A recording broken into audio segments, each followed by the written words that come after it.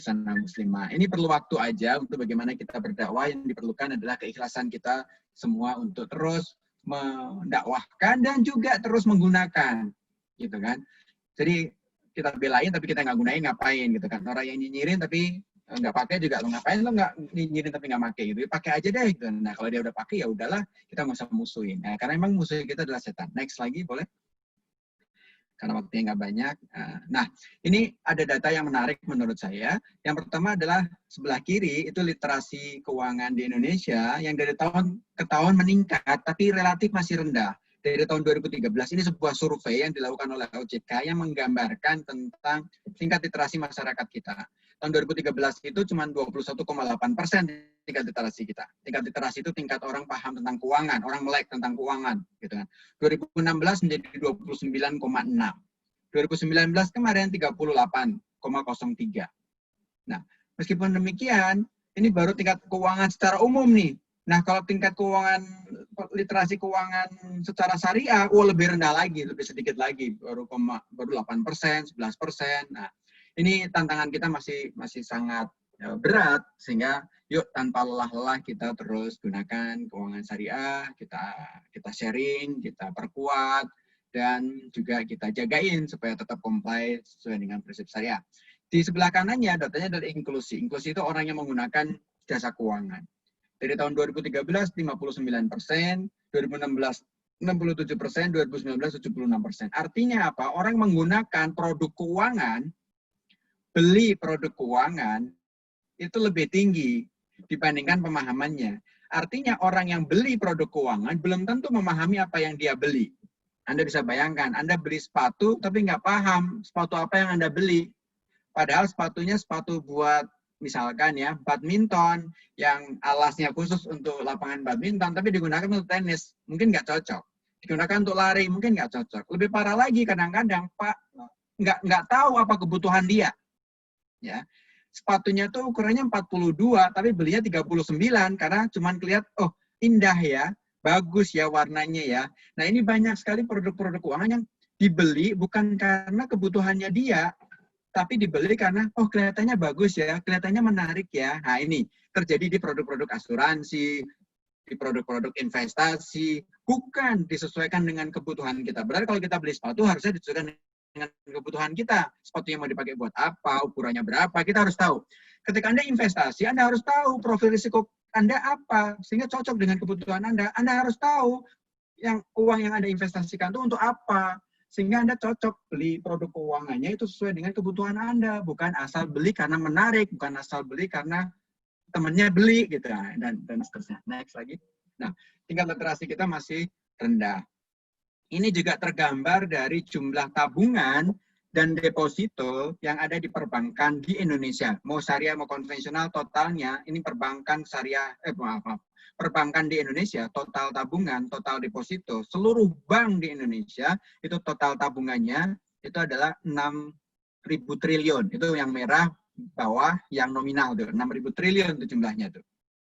Ya, 6.000 triliun. Kita lihat, ternyata orang-orang yang tabungannya di bawah 100 juta, tabungan dan depositonya di bawah 100 juta, itu jumlah rekeningnya Anda tahu 296 juta rekening atau 98,17%. Nominalnya cuma 883 miliar ya, atau setara dengan 14,5%. Yang tabungannya antara 100 sampai 200 juta, itu ada 2.510.000 lebih rekening atau 0,83%. Nominalnya 352 miliar. Gitu. Kalau kita triliun, 352 triliun maksud saya, bukan miliar. Ini 883 triliun ya, karena ribuan miliar nih, maksudnya ribuan miliar nih ya. Jadi kalau kita gabungkan yang di bawah 100 juta dan antara 100 juta sampai 200 juta, atau singkat kata, orang yang punya tabungan, yang punya deposito di bawah 200 juta, jumlah rekeningnya itu ada 99%. Yang persentase 98 ditambah 0,8. Itu kira-kira 99% jumlah rekeningnya, tapi nominalnya Coba lihat persentase yang sebelah kanan itu, 14 tambah 15% itu kira-kira 20%. Bisa Anda bayangkan, jumlah rekening yang 99% itu nominalnya cuma 20%. Artinya, yang 1% jumlah rekeningnya 80%. Jumlah nominalnya, maaf. Jadi yang jumlah rekeningnya itu 1%, itu nominalnya 80%. Ini ketimpangan yang luar biasa. 1% rekening menguasai 80% total tabungan dan deposito di perbankan di Indonesia. Anda bisa lihat, itulah kenapa umat Islam itu harus kaya. Ya kalau kayak gini gimana keuangan mau dikuasai oleh syariah gitu. Kebayang dong. Jadi kalau Anda bilang bank syariah itu cuma 5%, 6%, lihat dulu. 80%-nya dimiliki oleh 1%. 1% itu umat Islam bukan? Nah, mungkin ada umat Islam. Kita harus positive thinking ya. Tapi rata-rata mungkin enggak. Ini baru ngomongin duitnya nih, belum ngomongin kepemilikan atas tanah, kepemilikan atas hak konsesi atas apa hutan, segala macam. Intinya itulah kenapa kita harus berislam itu secara kafah, harus kuasai ekonominya juga, bukan ribut ini mau sholat jamaahnya pas pandemi ini mau jamaah di masjid apa nggak di masjid gitu ya, kontok-kontokan masalah hal-hal yang sepele gitu kan, hal-hal yang kita masih ribut, ini BAT, ini fil bay atau enggak, Ustaz Irfadi paham banget ya. Jadi yuk kita kuasai ekonomi ini supaya umat Islam itu menguasai ekonomi. Caranya apa? Tingkatkan literasi keuangan. Yuk investasi, ya. Jangan jadi konsumen mulu. Gitu kan. Tiap kali apa yang kita konsumsi pasti bukan produknya umat. Itu yang menjadi salah satu problem. Yuk kita berperan, termasuk gunakan keuangan syariah supaya keuangan syariah ini maju. Next. Lanjut lagi. Nah ini sebelumnya. Data yang dilakukan, survei yang dilakukan oleh PricewaterhouseCoopers, ini sih di Amerika, tapi di Indonesia juga mungkin sama. Bagi Anda yang karyawan, mungkin Anda mengalami hal yang sama. Ini survei dilakukan untuk karyawan, di mana 57% karyawan itu merasa stres dengan kondisi keuangan mereka. 59% mereka mengatakan bahwa masalah-masalah keuangan itu membuat mereka tambah stres. Begitu sejak SD juga paling nggak suka sama matematika gitu kan, pas sudah gede ributin sama masalah keuangan lagi. Keuangannya pribadi padahal. 35% karyawan itu menganggap bahwa masalah keuangan pribadinya mengganggu kerjanya dia. Next. 49% dari karyawan menghabiskan 3 jam waktunya untuk memikirkan dan menyelesaikan masalah keuangan mereka. Ya perusahaan rugilah. Apalagi kalau pegawai negeri, ya negara jadi gimana enggak ini gitu ya. Nggak efisien gitu kalau karyawannya 49% waktunya 49 orang karyawannya menghabiskan waktu 3 jam dalam 1 pekan untuk ngurusin masalah keuangan pribadi, sehingga pemahaman tentang keuangan, bagaimana kita mengelola keuangan keluarga dengan baik itu menjadi suatu hal yang penting buat kita semua agar kita bisa juga memiliki kesejahteraan keuangan di masa mendatang. Next. Terutama teman-teman yang milenial, Pak, suara saya terdengar dengan jelas kan ya? Atau memang agak terganggu? Tolong saya dikasih tahu. Jelas ya? Baik. Itu ada yang bilang kurang jelas, mungkin di sinyalnya yang bersangkutan kali ya, yang kurang jelas. Saya khawatir tempat saya yang kurang jelas. Baik, teman-teman yang milenial, itu ada 2 penyakit yang menurut saya harus diantisipasi oleh teman-teman, yaitu YOLO dan FOMO. YOLO itu adalah orang yang khawatir kalau nggak update status. Teman-temannya udah makan di mana gitu ya. Di-upload di Instagram, di Facebook, di Twitter. Oh, kita belum, jadi merasa takut. Nggak perlu takut. Fear of missing out. Fear of missing out itu kekhawatiran atau ketakutan kalau dia nggak update gitu. Dibilangnya gaptek lah, apalah segala macam gitu ya. Atau YOLO, ini adalah justifikasi you only live once. Itu cuma sekali kok, dinikmatin dong gitu kan. Itu cuma sekali kok, ya buat senang-senang dong. Nah ini nih hati-hati. 2 penyakit ini bisa sangat-sangat mengganggu kondisi keuangan pribadi dan keluarga Anda. Next. Apalagi di Bangka Belitung banyak tempat-tempat yang indah ya. Nah itu jadi pengen ke sana, tahan dulu, apalagi masih COVID kayak gini. Teman-teman sekalian, ternyata kalau kita kaji, ternyata perencanaan keuangan itu banyak dianjurkan, disarankan di dalam Al-Quran, meskipun tidak secara langsung, ya seperti dalam surat Al-Hasr ayat 18, ya ayyuhalladzina amanu taqullaha wal tandur nafsun ma qaddamat liqad taqullaha innallaha khabirum bima ta'malun. Orang-orang yang beriman, bertakwalah kepada Allah dan hendaklah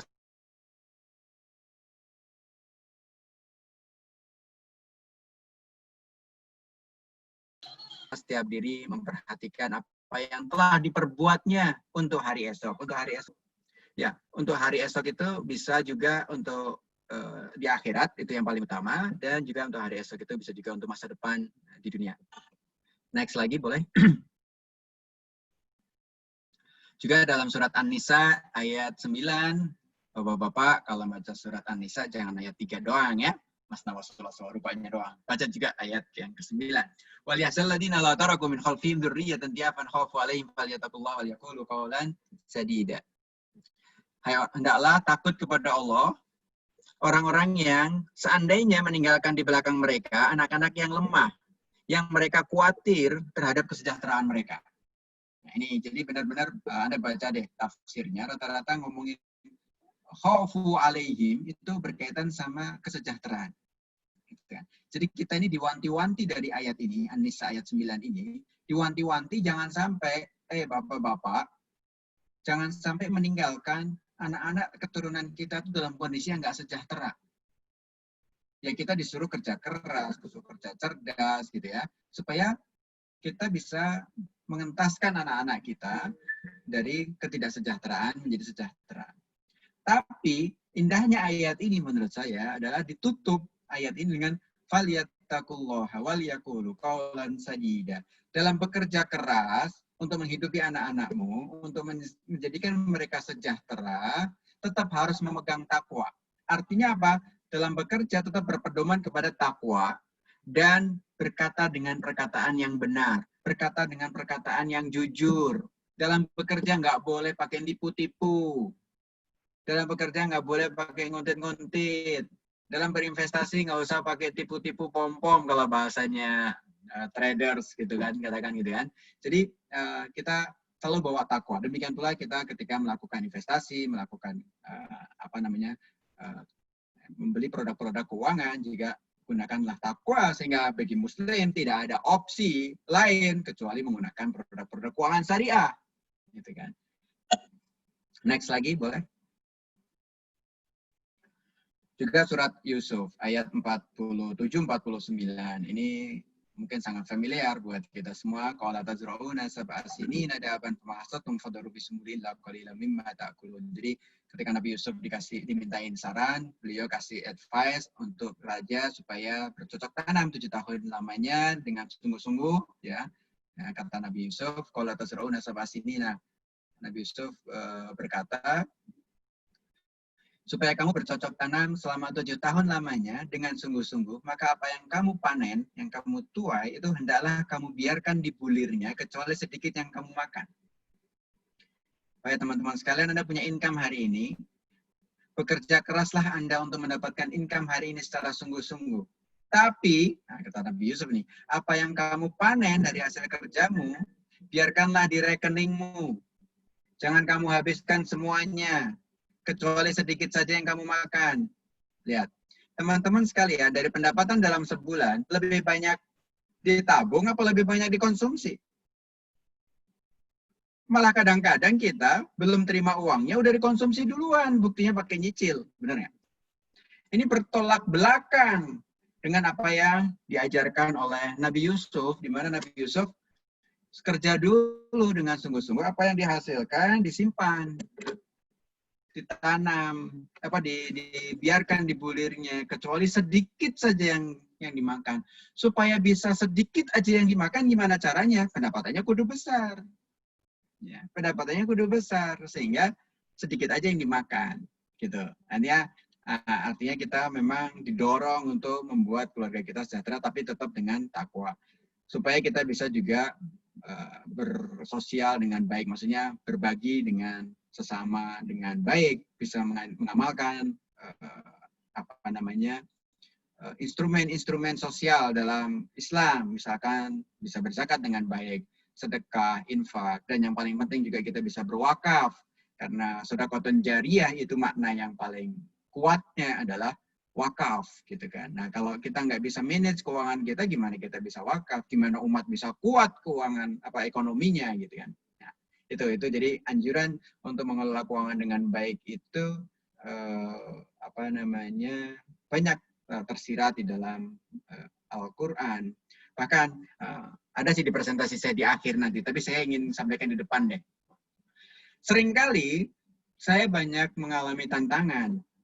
Kenapa sih kok ngebahas tentang pengelolaan keuangan keluarga? Kok seolah-olah saya ini nggak percaya rezeki itu dari Allah. Nah, ini tantangannya nih. Ngapain sih Pak Teguh kok ngatur-ngatur keuangan gitu kan? Bukankah rezeki udah diatur sama Allah gitu?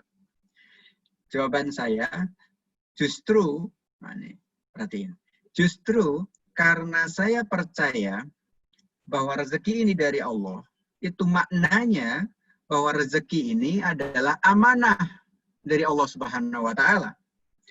Karena rezeki ini amanah, maka saya harus kelola rezeki ini dengan baik.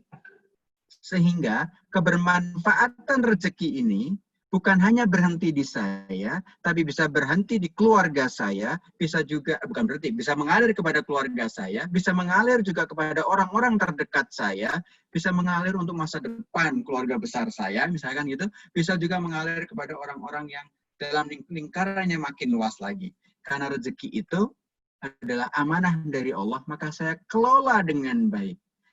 Sehingga kebermanfaatannya bisa luas. Kalau saya sembrono, kalau orang Jawa bilang apa ya, kalau saya nggak teratur dalam mengelola keuangan, itu jangan-jangan saya nggak bersyukur atas anugerah nikmat rezeki ini, gitu kan. Sehingga rezeki yang diamanahkan kepada Allah kita kelola yuk dengan baik sehingga kebermanfaatannya bisa luas, bisa bermanfaat untuk jangka waktu yang panjang, daripada kalau saya punya rezeki udah saya konsumsi, saya habisin segala macam. Nah, next lagi boleh. Bicara tentang financial planning, pengelolaan keuangan. Jadi pengelolaan keuangan teman-teman sekalian jangan dianggap bahwa itu sebuah simsalabim sulapan Anda bisa kaya mendadak, enggak. Karena pengertian dari perencanaan keuangan adalah proses mencapai tujuan hidup seseorang melalui manajemen keuangan secara terencana. Ingat, ini proses. Jadi kalau ingin kaya mendadak, jangan nanya ke perencanaan keuangan. Gitu. Kalau ingin kaya mendadak, ya mungkin dapat warisan atau nikahi orang yang kaya atau segala macam ya.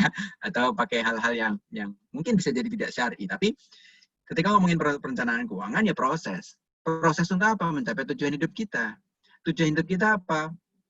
Ya tentu tujuan kita sebagai seorang muslim adalah mendapatkan ridho Allah Subhanahu wa Ta'ala. Benar nggak? Mendapatkan ridho itu apa? Dengan takwa. Apa arti takwa? Imtisalu awamiri wajtinabu nawahihi. Mengimplementasikan perintah Allah, menjalankan perintah Allah, dan menjauhi larangannya. Dan kita tahu Islam itu ada perintah-perintah yang berkaitan sama uang, berkaitan sama harta. Ya. Perintah untuk haji, pakai duit nggak? Pakai. Perintah zakat. Nggak mungkin wajib zakat kalau nggak nyampe nisab. Bisa berwakaf. Gimana kalau nggak kaya seperti Abu Bakar bisa mewakafkan seluruh hartanya? Bagaimana ketauladanan Umar yang bisa mewakafkan 50% dari hartanya? Gitu kan. Bagaimana wakafnya Utsman? Bisa ini, sehingga perlu pengelolaan. Pasti beliau itu pengelolaan keuangannya luar biasa. Pengelolaan keuangan itu ada dua sisi income dan sisi expense. Income pendapatan, expense pengeluaran. Itu. Jadi kita kelola itu proses untuk apa? Untuk mencapai tujuan hidup kita. Ya, sehingga nanti ada tujuan-tujuan hidup melalui pengelolaan keuangan, manajemen keuangan secara terencana. Next lagi.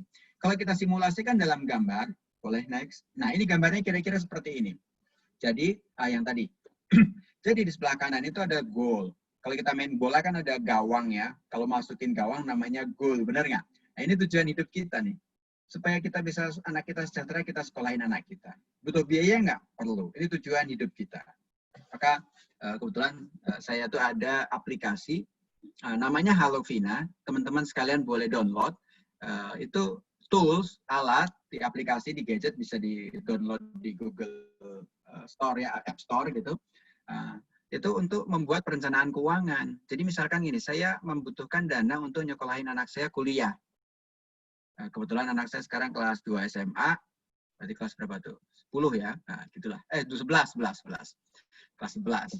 Kemudian, berarti setahun lagi dong, kelas 3. Artinya udah mulai daftar kuliah tahun depan kira-kira gitu. Berarti saya harus punya uang berapa nih untuk bisa nyekolahin anak saya, misalkan gitu. Pengen punya rumah, mau nikahin anak, mau beli mobil, mau pensiun sejahtera, mau pergi haji. Nah, ini adalah tujuan-tujuan keuangan. Ingat tadi, perencanaan keuangan adalah proses mencapai tujuan hidup kita.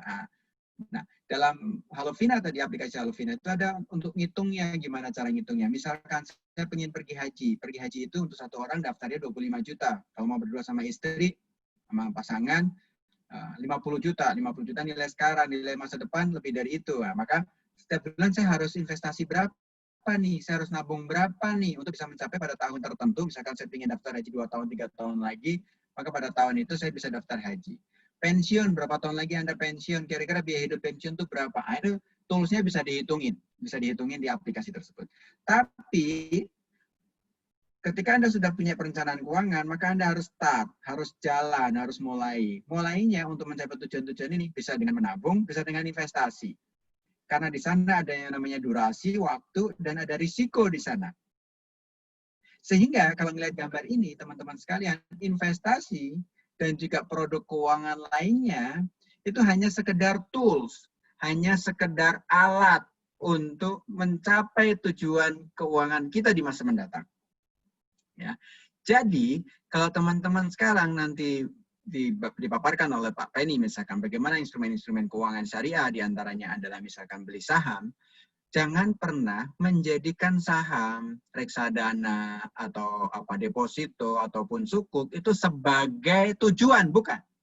Jadi Anda beli saham buat apa? Buat invest. Investnya buat apa? Ya buat invest aja. Nah, ini jadinya tujuan. Enggak, harusnya spesifik. Saya invest itu untuk nanti saya pensiun sejahtera. Saya invest untuk beli mobil. Saya invest untuk beli rumah. Saya invest untuk pergi haji.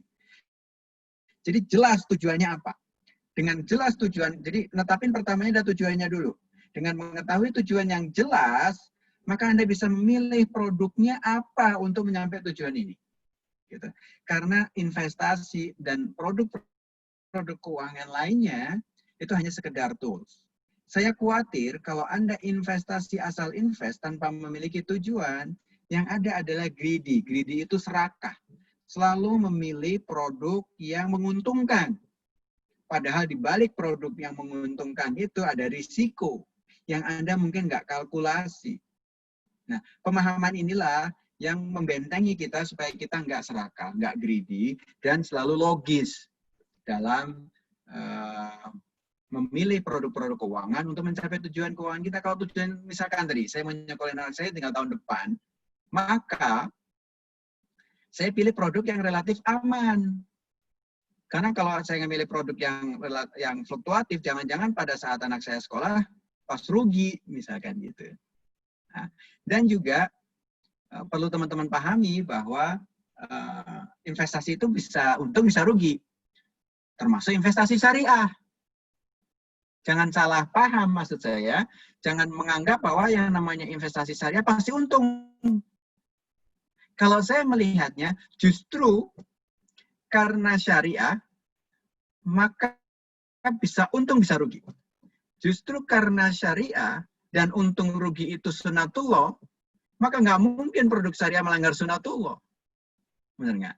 Jadi jangan menganggap bahwa, wah kok rugi ya, berarti nggak syariah dong. Ah, ini suatu kesimpulan yang keliru. Suatu kesimpulan yang keliru. Karena justru bisa rugi itu adalah inline atau sejalan dengan sunatullah, bahwa yang namanya usaha, bisa untung, bisa rugi. Gitu. Ya. Nah ini jangan sampai menganggap bahwa begitu rugi, wah berarti nggak syariah dong. Kok syariah kok rugi? Ah, ini juga hal yang saya rasa keliru, ya. Karena yang namanya usaha yang halal belum tentu untung, ya nggak? Ya. Apalagi usaha yang Haram. Nah, udahlah, jangan ngomong yang haram lah di sini ya. Oke, next lagi. Nah, kalau perencanaan keuangan secara Islami ya sesuai dengan prinsip syariah, maksudnya ya baik produknya maupun segala macamnya. Saya rasa itulah ya poin-poin yang ingin saya sampaikan karena nanti akan waktunya nggak banyak juga dan kelihatannya juga sudah habis setengah jaman lebih tadi saya kalau saya nggak salah. Mungkin bisa dilanjutkan dulu, mungkin nanti diperdalam dengan tanya jawab meskipun slide saya masih banyak sekali tapi kita bisa perdalam nanti di sesi tanya jawab. Silakan. Baik, luar biasa. Terima kasih banyak Pak Ustadz. Sebenarnya saya cukup inilah ya, impression banget ya. Dari awal saya udah langsung deg-degan. Kayaknya nih saya secara pribadi termasuk yang diingatkan gitu ya tentang pentingnya kita mengaplikasikan atau memahami tentang bagaimana mengelola uang ini secara Islami, itu yang paling penting gitu ya. Seperti apa? Ini masih cukup banyak slide-nya Pak, ya baru 15 kita dari 52 slide, tapi nggak apa-apa nanti kita coba ini lihat lebih lanjut gitu ya. Kita lanjutkan ke pemateri kedua dengan Pak Feni Ramadhani. Halo Pak Feni, saya coba stop share dulu karena Pak Feni insya Allah dia langsung share materinya dari beliau. Halo Mas Feni. Oke, belum di mute sepertinya. Unmute, oke.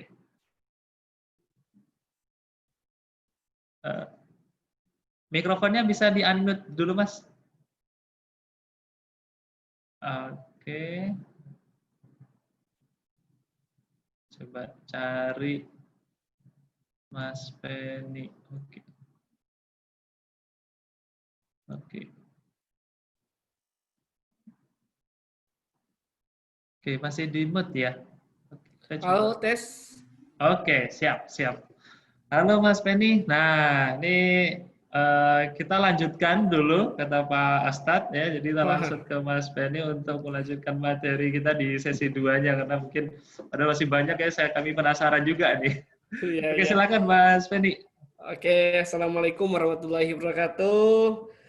Selamat sore teman-teman dari Bangka Belitung semuanya. Saya hormati Bapak Ahmad Irfani ya, MAG dari MES Bangka Belitung, Mbak Moh Beguh ya, ini guru saya, kebetulan selalu sering manggung nih Pak ya, Pak Ustadz saya. Kemudian dari Pak Fuad dari KP ya, dari BEI ya Bangka Belitung dan Mbak Eva juga dari IPOT juga. Terima kasih banyak ya atas waktunya. Mungkin nanti kita akan lanjut lagi ya sesi tanya jawab sama Pak Teguh. Kayaknya masih banyak nih hal-hal yang perlu kita tanyakan gitu ya. Kita diskusikan. Oke, mungkin saya langsung share screen dulu ya. Mungkin bisa di ini ya. Saya jadi co-host, saya nggak bisa share screen nih.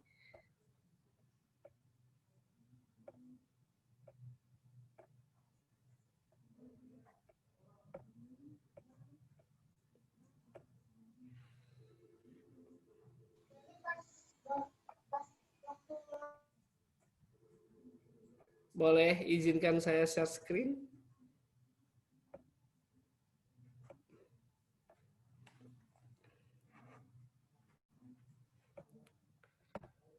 Oke. Oke, sudah kelihatan ya?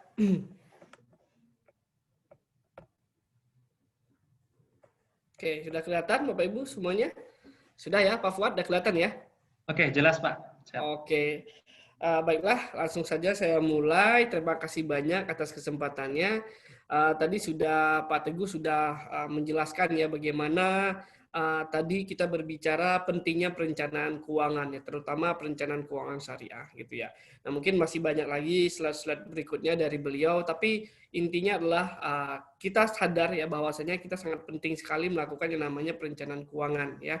Nah, dalam perencanaan keuangan maupun perencanaan keuangan syariah ada nanti kita akan berbicara yang namanya tools yang dikatakan tadi sama Pak Teguh, ada tools yaitu namanya investasi. Nah, tentunya kalau kita berbicara investasi ya kita berharap investasi ini adalah sesuai dengan prinsip Islam atau prinsip syariah gitu. Nah, kali ini saya akan menjelaskan bagaimana salah satu salah satu bidang dalam ekonomi syariah yaitu pasar modal syariah yang mungkin Bapak Ibu semua sudah pernah dengar ataupun ketahui. Intinya dari lembaga keuangan ya, ada perbankan syariah, ada asuransi syariah, ada multi finance syariah, ada pasar modal syariah. Nah, pasar modal syariah ini adalah merupakan salah satu ya tools dalam perencanaan keuangan dalam bidang investasi gitu ya. Nah, ini saya next saja. Ini adalah sedikit ya, karena waktu kita tidak banyak. Nanti kita akan lebih banyak ke sesi tanya jawab. Ya, ini adalah perkembangan pasar modal syariah ya. Ya mungkin Bapak Ibu nanti kalau seandainya dibagi materinya mungkin nanti bisa dibaca-baca lagi ya, perkembangan dari 3 Juli 2000 BI meluncurkan Jakarta Islamic Index. Ini semacam indeks saham syariah lah ya, 30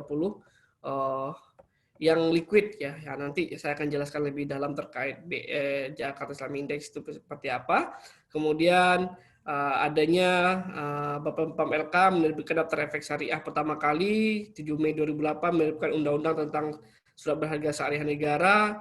Kemudian adanya peluncuran indeks saham syariah Indonesia, pelaksanaan trading system syariah ya, kemudian ada ETF berbasis syariah, dan sampai nanti di BSM menerbitkan tabungan saham syariah. Dan ini next lagi perkembangannya juga cukup signifikan ya di bidang pasar modal ya, pasar modal syariah ya. Nah, ini sekilas bagaimana struktur dari pasar modal syariah ya, yang mungkin nanti Pak Teguh juga nanti akan bisa jelaskan juga, karena kebetulan beliau juga masuk di ranahnya DSN MUI. Tapi intinya tidak begitu banyak perbedaan ya secara struktural di pasar modal syariah dengan pasar modal konvensional. Pada umumnya tidak begitu ada perbedaan. Tetap di mana di sini ada otoritas jasa keuangan yang sebagai pengawas ya, pengawas di sektor keuangan. Ada Bursa Efek sebagai regulatornya, ada KP, penjamin efek ya, kemudian ada Kustodian Central Efek yang sebagai penyimpanan surat berharga Bapak Ibu semuanya. Nah, di sini Bapak Ibu bisa lihat ada perusahaan efek ya, di mana ada penjamin emisi. Dia ini adalah nanti perusahaan-perusahaan yang ingin menerbitkan sahamnya nanti ke pasar modal, itu melalui namanya underwriter. Kemudian ada PPE, ini perantara pedagang, termasuk Indo Premier Sekuritas sendiri. Itu adalah ini ya, merupakan broker atau perantara pedagang efek. Jadi tadi mungkin belum saya singgung ya tentang Indo Premier. Jadi intinya Indo Premier Sekuritas di sini adalah inilah sebagai perusahaan di bidang pasar modal. Jadi Bapak Ibu nantinya ketika melakukan transaksi di pasar modal khusus pasar modal syariah bisa melalui namanya sekuritas ya, termasuk Indo Premier atau di Depot Syariah. Nah, kemudian ada manajer investasi, ini nanti yang kalau seandainya Bapak Ibu mau mewakilkan dananya ya, biasanya ada istilahnya manajer investasi. Nah, ini adalah produk yang dibuat adalah reksadana. Nah, mungkin bagi Bapak Ibu nantinya ingin berinvestasi langsung ke reksadana tanpa tidak melalui saham, mungkin melalui reksadana, itu bisa masuk ke manajer investasi. Nah, perbedaannya apa ya? Jadi mungkin ini karena kita memang bentuknya talkshow, mungkin kita akan lebih banyak discuss ya. Jadi saham itu di mana bukti kepemilikan. Artinya Bapak Ibu di sini ketika membeli saham syariah, artinya Bapak Ibu yang melakukan analisisnya tersendiri. Bapak Ibu pilih perusahaan mana yang bagus ya, apakah nanti menggunakan analisis fundamental, dan kemudian menganalisis perusahaannya apakah layak atau tidak untuk Bapak Ibu investasikan. Itu menggunakan saham. Tapi kalau seandainya Bapak Ibu membeli reksadana ini artinya Bapak Ibu mewakilkan, ya, artinya Bapak Ibu mewakilkan kepada orang-orang yang profesional di bidang investasi. Jadi Bapak Ibu hanya memberikan dana kepada fund manager atau manajer investasi, nanti mereka yang akan melakukan investasi. Ya, istilahnya nanti wakalah lah ya istilahnya ya, wakalah di sana. Bapak Ibu tinggal hanya membeli unit kepemilikan saja kepada reksadana tersebut. Nah, perbedaannya itu ya antara saham dengan reksadana ya. Nanti kita lebih banyak membahas tentang saham syariah ya. Nah, kemudian ada lembaga penunjang, profesi penunjang, nah, kemudian ada emitennya.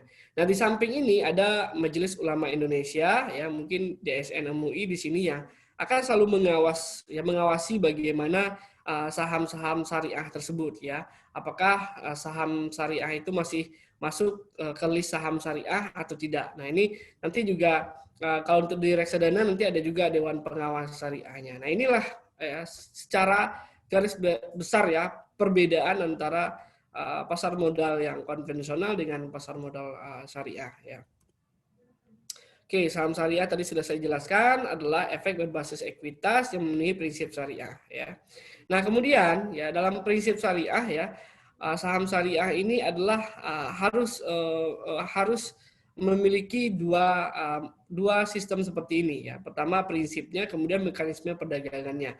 Apakah usahanya halal, tidak mengandung moderat, tidak ada unsur riba. Jadi kalau seandainya saham-saham tersebut, saham-saham konvensional tadi, umpamanya atau saham yang tercatat di bursa ada mengandung unsur yang usaha yang tidak halal atau mengandung moderat atau tidak ada unsur ribanya, ini sudah pasti tidak akan masuk ke saham syariah. Jadi perbedaan pertama itu dari jenis sahamnya ya. Kalau seandainya kita mengambil saham sebagai instrumen investasi untuk perencanaan masa depan kita nih ya. Jadi bagi Bapak Ibu yang memiliki perencanaan ke depan, menggunakan saham sebagai instrumen untuk memenuhi impiannya gitu ya, keinginannya.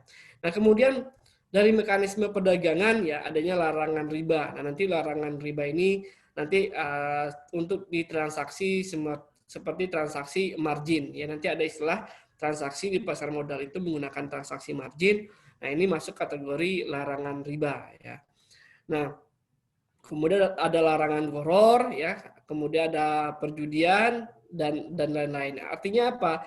Dari prinsip syariah ini jangan sampai investor syariah ya, kita sebagai kita yang merencanakan keuangan secara syariah, jangan sampai ya kata Pak Teguh tadi, kita bagaimana secara kafah ya. Artinya baik dari sisi merencanakan sudah sesuai dengan prinsip syariah sampai nanti kita masuk ke instrumen-instrumen yang sesuai dengan prinsip syariah. Jangan sampai nanti perencanaannya oke sudah syariah tapi ketika masuk ternyata investasinya malah tidak ke instrumen syariah. Nah, ini tidak diperbolehkan ya. Nah, kalau bisa memang kita kafah lah ya secara keseluruhan bagaimana benar-benar instrumennya juga bisa dipilih ya. Oke, saya lanjut saja. Nah, terkait fatwanya untuk saham sendiri ya Bapak Ibu tidak perlu khawatir karena memang kebetulan fatwanya sudah ada ya, itu fatwa nomor 80 tentang penerapan prinsip syariah dalam mekanisme perdagangan efek bersifat ekuitas di pasar reguler bursa efek Indonesia. Nanti mungkin pertanyaan terkait fatwa mungkin juga bisa langsung ditanyakan sama Pak Teguh ya karena kebetulan beliau juga Dewan Syariah Nasional. Tapi intinya apa? Artinya kita tahu bahwasanya ketika kita melakukan transaksi ya pasar modal ya saat sekarang ini pasar modal syariah pun saat sekarang artinya sudah ada fatwanya. Jadi kita tidak perlu ragu lagi, apakah ini sesuai atau tidak ya? Apakah ini salah atau tidak? Nah, karena sudah ada fatwa, kita sudah bisa melakukan hal ini dimanapun gitu ya. Oke. Nah, ini saya juga karena waktu terbatas ya, karena saya harus menyampaikan semuanya juga. Nah, ini ada beberapa akad dan larangan ya dalam transaksi saham syariah ya, di mana ada syirkah al-musahamah, ini adalah akad kerjasama antara emiten dengan investor saham. Jadi kalau seandainya perusahaan itu ya emiten itu dia menerbitkan sahamnya di Bursa Efek Indonesia dan Bapak Ibu membeli sahamnya, jadi Bapak Ibu sekarang menggunakan akad syirkah al-musahamah, di mana akad ini kerjasama yang tidak mengenal batas waktu. Ya intinya kalau ada yang bertanya ya nanti ya. Nah, kemudian ada bai al-musawamah, ini adalah di mana terjadi di pasar sekunder. Kalau di syirkah al-musahamah ini adalah bisa terjadi di pasar premier juga dan pasar sekunder juga, tapi lebih banyak terjadi di pasar premier, di mana pasar perdana, pasar pertama kali itu ada gitu ya. Nah, kalau bai al-musawamah ini adalah ketika ada di pasar sekunder antara investor yang mau beli dan investor yang jual, antara terjadi jual beli antar investor. Nah, ini namanya bai al-musawamah, di mana akad jual beli tawar menawar secara berkelanjutan pasar reguler Bursa Efek Indonesia. Jadi nanti apakah harga itu akan naik, apakah harga itu akan turun, ini ditentukan dari tawar-menawar ini. Nah, tawar-menawar ini diperbolehkan, ya tidak ada masalah. Ya. Nah, ini menggunakan akad bai al-musawamah. Ya. Nah, kemudian nanti ada larangan, ya, ada larangan seperti bai al-ma'dum, ya. bai al-ma'dum di mana jual beli tidak memiliki barangnya. Ini seperti transaksi short sale ya. Mungkin saya tidak akan jelaskan lebih detail. Intinya short sale ini menjual di harga bawah ya. Kemudian dia akan beli lagi nantinya gitu ya. Nah, ini biasanya dia tidak memiliki barangnya. Kemudian dia melakukan short sale. Kemudian margin trading. Nah, ini tadi yang saya katakan bahwasanya ada transaksi riba ya di margin trading. Margin trading ini seperti apa ya? Kalau seandainya Bapak Ibu mau membeli saham Unilever umpamanya ya, contoh, atau beli saham BRIS ya, BRI Syariah gitu ya. Dana yang Bapak Ibu miliki mungkin hanya sebesar 5 juta, sedangkan Bapak Ibu ingin membeli 10 juta ya, mungkin 10 juta. Nah, 5 juta ya sebagai penalangnya biasa kalau di konvensional ini bisa terjadi ya. Bapak Ibu punya dana 5 juta mau beli saham 10 juta itu bisa terjadi. Tapi di pasar syariah, di pasar modal syariah atau di transaksi syariah ini tidak bisa terjadi. Karena sekuritas tidak akan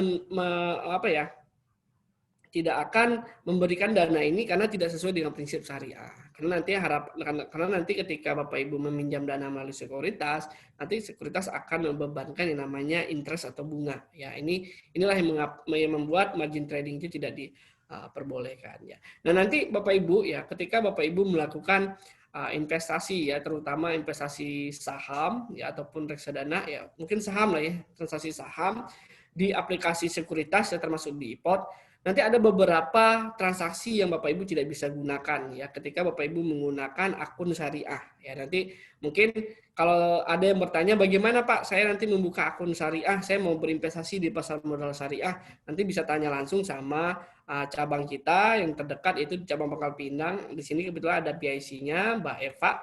Nanti Bapak Ibu bisa kontak beliau bagaimana cara membuka akun untuk berinvestasi saham syariah. Ya, kalau saya ada pertanyaan dan bagaimana caranya.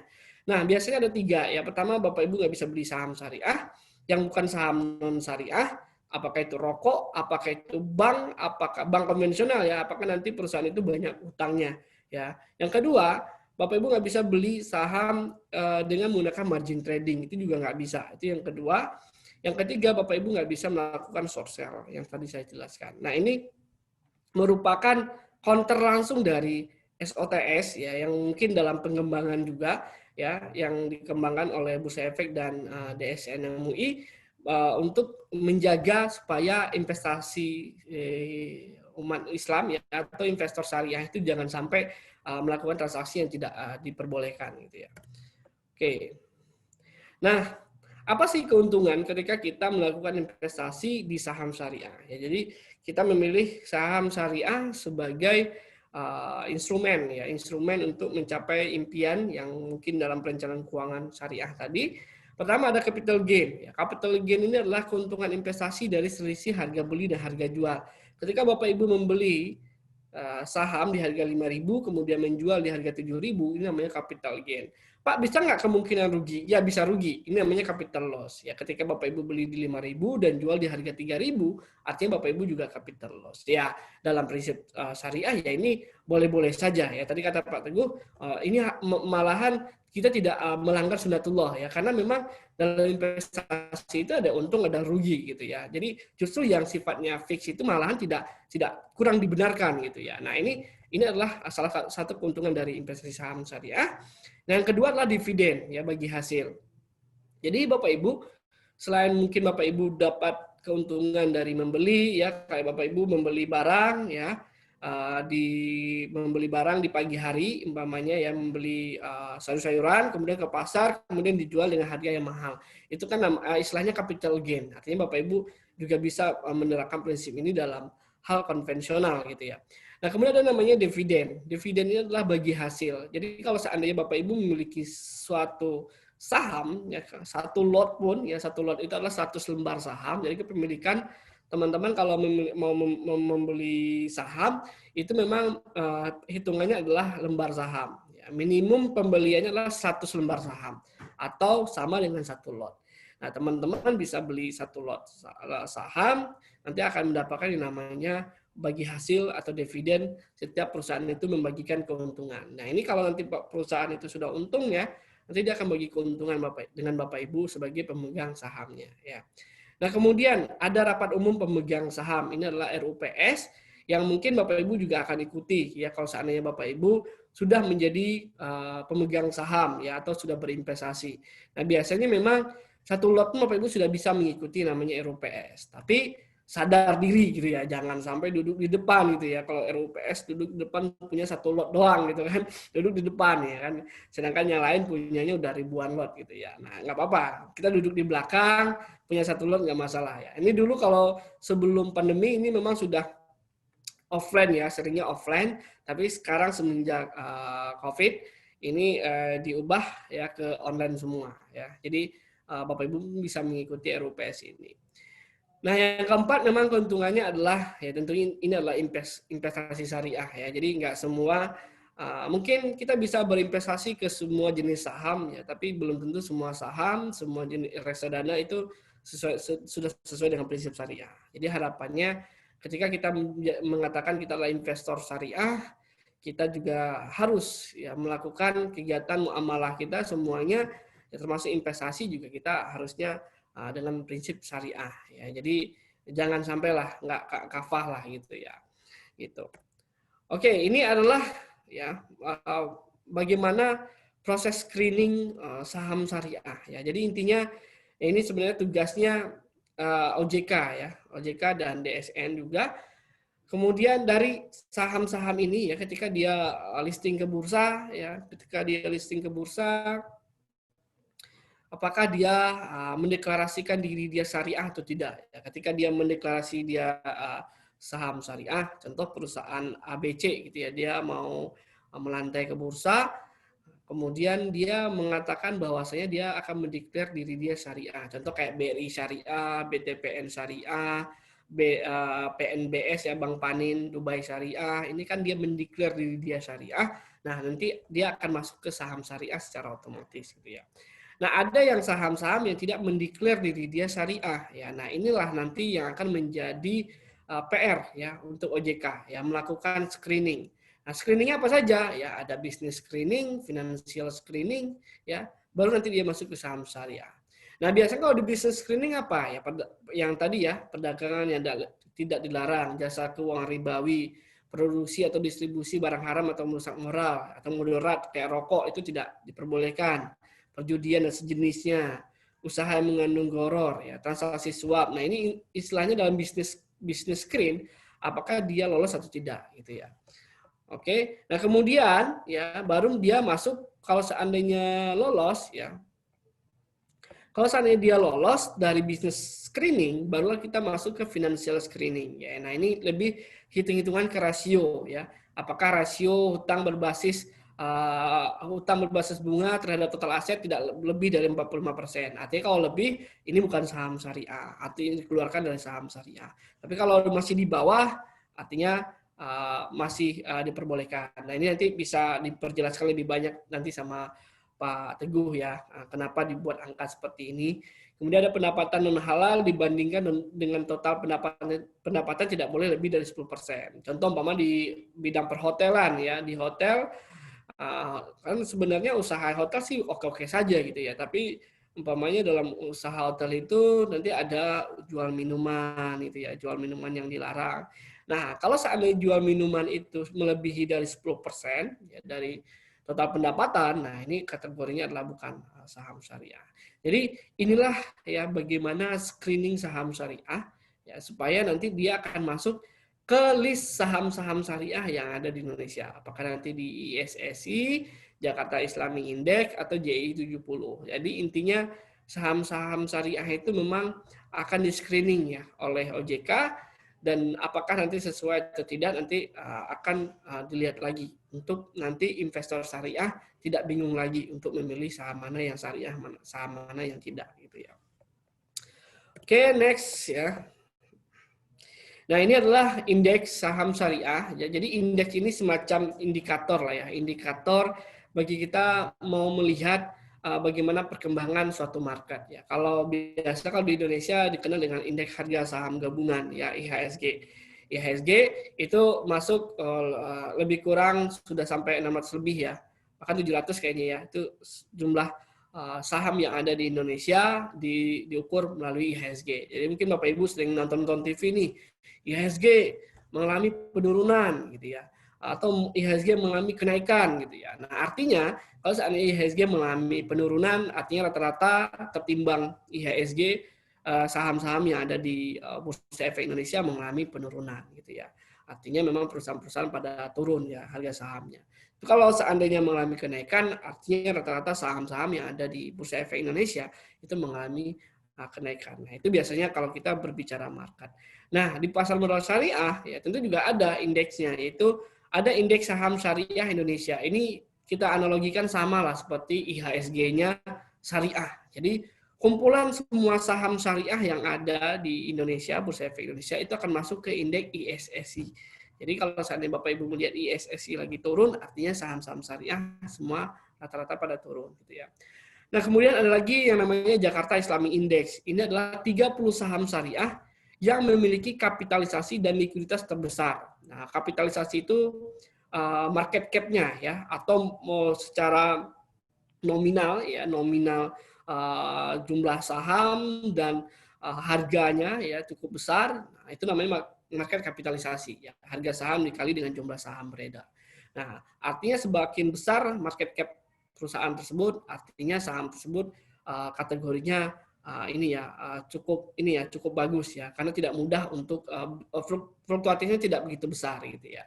Artinya cukup aman bagi kita untuk berinvestasi di saham-saham yang memiliki kapitalisasi yang besar gitu ya, dibandingkan dengan perusahaan-perusahaan yang kapitalisasinya kecil. Nah, ini yang sering menjadi bahan untuk digoreng-goreng ya. Mungkin Bapak Ibu pernah kenal istilah goreng-goreng menggoreng gitu ya. Nah, ini adalah saham-saham yang market cap-nya kecil ya. Jadi mudah untuk digerakkan karena market cap kecil, dana yang masuk pun juga mudah untuk menggoyangkan.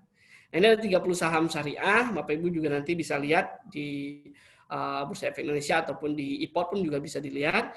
Kemudian, ya ini hanya 30, nah ada Jakarta Islamic Index. Ini dia menampilkan 70 saham syariah. Ya, artinya lebih banyak lagi. Ya, secara market cap dia lebih banyak saham-sahamnya dan diurutkan dari 1 sampai 70. Nah, Pak, perbedaannya apa? Ya memang perbedaannya adalah di angkanya, yang JI hanya 30, yang JI 70. Cuman ya di sini adalah artinya Bursa Efek Indonesia ingin bagaimana investor syariah semakin banyak pilihannya. Dengan hanya 30 mungkin terbatas ya. Bapak Ibu hanya bisa berinvestasi ke beberapa saham saja. Tapi dengan adanya 70, Bapak Ibu bisa memilih banyak saham syariah. Ya, artinya bisa memilih lebih banyak ya dari pilihan yang ada. Nah, inilah indeks saham syariah yang saat ini yang ada di Bursa Efek Indonesia yang Bapak Ibu bisa lihat nantinya. Nah, biasanya bagi yang di awal, saya sarankan ketika Bapak Ibu sudah merencanakan investasi ke depan, sudah merencanakan menyisihkan umpamanya pendapatannya 20% untuk investasi. Nah, mungkin 20% itu sudah mungkin bisa masuk ke saham-saham syariah yang masuk ke Jakarta Islamic Index. Kalau seandainya ingin masuk ke saham syariah. Atau juga bisa masuk ke reksadana syariah. Tapi pastikan dulu reksadananya sudah sesuai atau belum dengan kriteria Bapak Ibu semuanya ya. Oke, ini waktu sudah mulai habis kayaknya ya. Nah, ini sedikit mekanisme transaksi saham syariah ya Bapak Ibu. Intinya Bapak Ibu semuanya ketika kita membeli saham, Bapak Ibu tidak bisa langsung ke Bursa Efek Indonesia. Bapak Ibu harus melalui yang namanya perantara pedagang efek, yaitu sekuritas gitu ya. Nah, ini kita salah satu Indo Premier Sekuritas merupakan perantaranya. Jadi Bapak Ibu beli sahamnya melalui sekuritas, tidak melalui Bursa Efek. Jadi Bursa Efek itu adalah ibaratnya mallnya ya, mallnya, kemudian ada tenan-tenannya, ada penjual-penjual di sana, Bapak Ibu bisa beli jualnya di sana, bukan di mallnya. Nah, istilahnya seperti itu. Jadi Bapak Ibu harus registrasi dulu, membuka akun dulu di yang namanya di perusahaan sekuritas ya. Nah, ini kalau Bapak Ibu mau membeli saham syariah ya, itu sama seperti Bapak Ibu membeli tomat umpamanya di pasar tradisional ya, Bapak Ibu ada tawar menawar. Umpamanya si A mau beli 20.000 ya, si penjualnya jual 25.000. Nah, artinya kan tidak ada titik temu di harga tersebut gitu ya. Nah, titik temunya di mana? Ketika Bapak Ibu mau membeli di harga 25.000 atau si penjualnya mau menjual di harga 20.000. Nah, artinya titik temu inilah ya nanti sama juga dianalogikan ketika kita membeli saham. Kita mau beli di harga berapa dan penjual mau jual di harga berapa ya. Nah, ini seperti BRIS ya, umpamanya ya, di harga 20.000, ketika kita nawar lagi ke 15.000, artinya Bapak Ibu harus menunggu dulu. Jadi prioritasnya nanti adalah ketika Bapak Ibu membeli saham, memprioritaskan harga yang terbaik terlebih dahulu. Ya, apakah dari sisi pembeli atau dari sisi penjual. Sama ketika Bapak Ibu mau menjual saham BRIS, Bapak Ibu kalau semakin mahal jual saham BRIS-nya, ya mau jual saham BRI Syariah semakin mahal, artinya Bapak Ibu juga harus mengantri dulu, menunggu dulu. Karena akan diprioritaskan harga terbaik dulu. Nah, jadi kesimpulannya adalah artinya Bapak Ibu ketika Bapak Ibu mau membeli diprioritaskanlah harga yang termahal. Ya Bapak Ibu, harga yang termahal terlebih dahulu akan diutamakan. Sama ketika Bapak Ibu mau menjual, yang akan diprioritaskan terlebih dahulu adalah harga termurahnya yaitu 25.000. Nah, titik temu inilah nanti yang akan menjadikan harga saham tersebut ya, sehingga nanti harga saham itu bisa naik bisa turun ya. Mungkin, nah ini terakhir ya, ada yang namanya Sharia Online Trading System. Ini adalah sistem yang digunakan di sekuritas untuk melakukan transaksi syariah. Jadi kalau Bapak Ibu nanti ingin menjadi investor syariah, ya ingin apakah nanti ingin membeli saham syariah, reksadana syariah, ETF syariah, Bapak Ibu bisa menggunakan sistem ini, dan sistem ini memang tersedia ya di perusahaan sekuritas, terutama di IPOT ya. Mungkin dari saya sekian ya, mungkin saya serahkan lagi ke moderator. Terima kasih banyak. Assalamualaikum warahmatullahi wabarakatuh. Waalaikumsalam warahmatullahi wabarakatuh. Terima kasih banyak Mas Penny ya, pemaparannya ini tentang tadi secara umum kalau kita lihat ya, secara teknis ini memang yang sangat cenderung ya, bahkan disarankan dari peluang investasi yang syariah tadi itu bisa dilakukan di pasar modal ya, dari sekian banyak produk tadi juga sudah disampaikan. Kemudian kenapa bisa syariah seperti apa ya, jadi ada kajian-kajian baik dari sisi apa namanya ya, mekanisme teknisnya ya, sehingga dia bisa masuk dalam daftar efek syariah. Oke teman-teman semuanya, kita coba masuk ke sesi pertanyaan dulu, tapi ini yang menarik, sekarang udah jam 3 lewat ya. Kita coba lihat dulu ya pertanyaan-pertanyaan yang masuk. Oke, ini kita coba cek pertanyaan pertama nih ya. Dari, sebentar. Oke, dari ini mungkin saya kalau seandainya ada yang kelewat ya, teman-teman bisa di chat ulang gitu ya, chat ulang ya, silakan drop di kolom chat. Oke, ini pertama dari Pak Adrian Wijaya ya, ditujukan kepada Ustadz Pak Bagus ya. Nah, pertama ini tentang bisnis online atau offline ya. Bagaimana cara memilih bisnis online atau offline yang bagus dan menguntungkan di saat ini, dan cara mengelola keuangan sekeluarga ya secara Islami yang bagus di era digital. Wah, ini sebenarnya mungkin karena banyak materi yang nggak kepotong, tapi bisa disampaikan nanti dipaparkan oleh Pak Bagus. Halo Pak Bagus. Oke, bisa sebentar saya coba unmute dulu Pak. Oke, masih di mute Pak ya.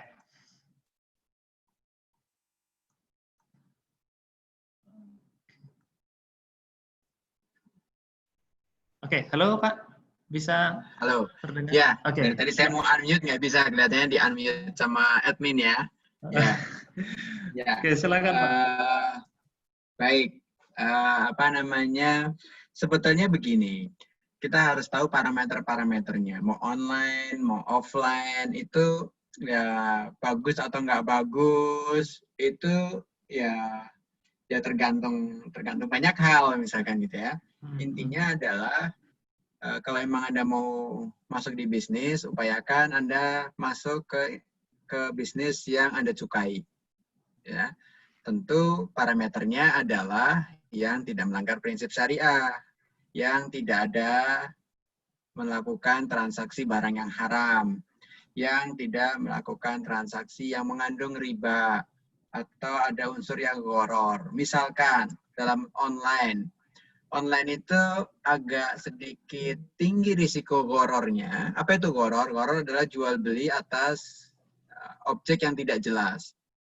Nah, jadi misalkan Anda beli barang atau jual barang karena Anda bisnis ya, maka Anda sebaiknya kalau secara syariah, bikin spesifikasi atas produknya sedetil mungkin.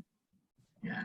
Misalkan baju ukuran X, apa XL, M, atau L, atau S, segala macam, tambahin misalkan yang namanya XL tuh lebar dadanya sekian, panjangnya sekian. Kalau lengannya lengan panjang, lengan pendek, warnanya bukan hanya sekedar warna merah, tapi merahnya merah marun, merah cerah, merah Ferrari, merah darah, merah apa gitu kan. Nah, terus kainnya bukan sekedar kainnya adem misalkan ya, tapi kainnya dari katunnya katun Inggris misalkan apalah gitu gitu. Jadi semakin detail spesifikasi itu maka semakin hilang unsur gorornya. Meskipun goror dibolehkan untuk hal-hal yang sifatnya yasir, yang sifatnya ringan gitu ya. Gitu. Jadi parameternya itu. Jadi sesuai dengan prinsip syariah, nggak ada goror, nggak ada riba, nggak ada maisir, nggak ngandung judi, nggak melakukan transaksi yang haram. Apapun yang baik ataupun tidak baik, tentu saya tidak tahu di daerah tersebut demand-nya seperti apa gitu ya. Karena tidak ada bisnis itu yang baik di semua tempat. Tidak ada juga yang jelek di semua tempat gitu kan. Jadi memang harus disesuaikan. Tapi memang harus kenali ya. Tidak harus terlalu mendalam surveinya, kenali apa kebutuhan konsumen Anda. Ada tulisan quote yang menurut saya bagus sekali. Mulai aja jualan, mulai aja bisnis ya kan. Jangan pikirin siapa yang beli, biar Allah dengan caranya mendatangkan pembeli itu kepada Anda kan gitu. Oke, luar biasa. Jadi langsung mulai aja dulu ya, biar yang menentukan berapa rezeki, ya kan segala macam, biar urusan Allah ya, kita kerjakan urusan kita gitu Pak ya. Betul. Oke, luar biasa. Ini lanjut nih dari Pak Dasep Cahyana nih Pak, dari Pak Dasep ya, untuk Pak Teguh. Selamat siang Pak. Gitu ya. Nah, sistem ekonomi Islam yang berdasarkan tauhid dilihat dapat sebagai alternatif untuk diterapkan di Indonesia. Hal ini selaras dengan perkembangan sistem ekonomi Islam yang semakin nampak keunggulannya. Ya. Nah, kayak kita coba lihat, di era milenial, sistem ekonomi Islam dipandang tidak dapat mengatasi masalah-masalah ekonomi di tanah air nih Pak.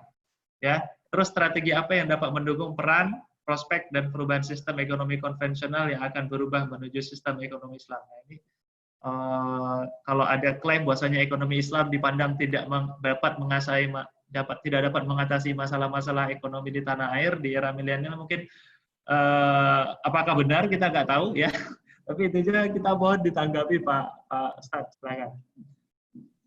Ya, jadi manusia itu dibebankan atas proses, tidak pernah dibebankan atas hasil. Ya, kita disuruh nanam kurma meskipun kita diperkirakan tidak lama lagi akan meninggal karena sudah sangat tua, misalkan gitu kan. Sehingga porsi kita itu ada di proses itu. Jadi bisa jadi kesuksesan yang terjadi hari ini itu adalah berkat keringat dari orang-orang terdahulu. Besaran atau adanya lembaga keuangan syariah yang sekarang menjadi besar sekarang itu adalah tidak lepas dari ijtihad para ulama di tahun 80-an misalkan gitu kan, di mana beliau mungkin tidak menikmatinya sekarang, tidak bisa menggunakannya pada saatnya, sekarang nggak bisa menikmati karena sudah wafat mendahului kita, tapi kita sebagai penerusnya meneruskan itu dan insya Allah pahalanya mengalir kepada beliau-beliau itu. Bisa jadi sekarang kita memang belum sukses, belum berhasil untuk mengetaskan problem-problem keuangan ekonomi negara kita ini, gitu.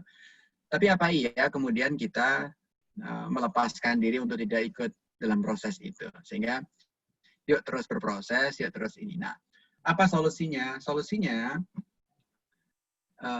saya kasih contoh begini ya. Ada di sebuah kampung, katakan gitu, ilustrasinya ini kampung ini dipimpin oleh Pak Lurah. Nah, kampung ini adalah sebuah ilustrasi simulasi kecil dari sebuah negara. Di kampung ini ada perusahaan besar. Kebetulan perusahaannya bergerak di yang tidak syariah. Sebutlah dia dagangnya, bisnisnya adalah bisnis peternakan babi. Kemudian ada orang merintis peternakan ayam di kampung tersebut yang halal, sebagai ilustrasi saja. Di mana si pedagang babi ini selalu support ke penduduk setempat gitu ya. Ya, meskipun kadang-kadang support juga penduduk setempat untuk main judi gitu. Nah, paham maksud saya ya? Jadi pemuda-pemuda yang nongkrongnya daripada lo nganggur nih, gue kasih modal ya main judi deh gitu kan. Sini biar uang berputar di situ dan mereka tetap bisa beli babi. Katakan gitu. Tujuannya itu gitu kan. Sementara pabrik ayam ini, si peternak ayam ini mau support supaya jamaah masjid makannya ayam gitu kan, masyarakat sekitar. Itu efeknya kuatan mana? Tentu kuatan modal yang bagi babi itu gitu kan, kira-kira gitu kasarnya gitu. Nah, kenapa? Karena ini baru start nih. Baru start. Si peternak babi ini akan bangkrut kalau si penduduk desa tersebut nggak beli babi. Nah, bahkan dia terhalang untuk bisa ekspor ke tempat yang lain atau jualan ke desa yang lain karena nggak ada orang yang mau kerja di situ. Sementara semua penduduk makannya ayam di desa tersebut, katakan gitu. Kira-kira perusahaan ayam, peternakan ayam akan maju nggak? Akan maju. Peternakan babi akan bangkrut nggak? Akan bangkrut. Itu yang terjadi. Kalau memang ekonomi syariah diharapkan bisa memberikan solusi, ya pakai dong bisnis syariah, ya pakai dong keuangan syariah, ya pakai dong bank syariah. Kalau investasi ya di reksadana syariah, ya kalau beli saham di saham yang syariah. Lama-lama yang konvensional akan masuk ke syariah. Sekarang sudah banyak fenomena perusahaan-perusahaan, mohon maaf, yang dimiliki oleh non-muslim, nerbitin sukuk. Sementara perusahaan-perusahaan yang dimiliki oleh muslim, ribet Pak, bikin sukuk, obligasi aja enak, mudah, cepat gitu. Nah ini coba.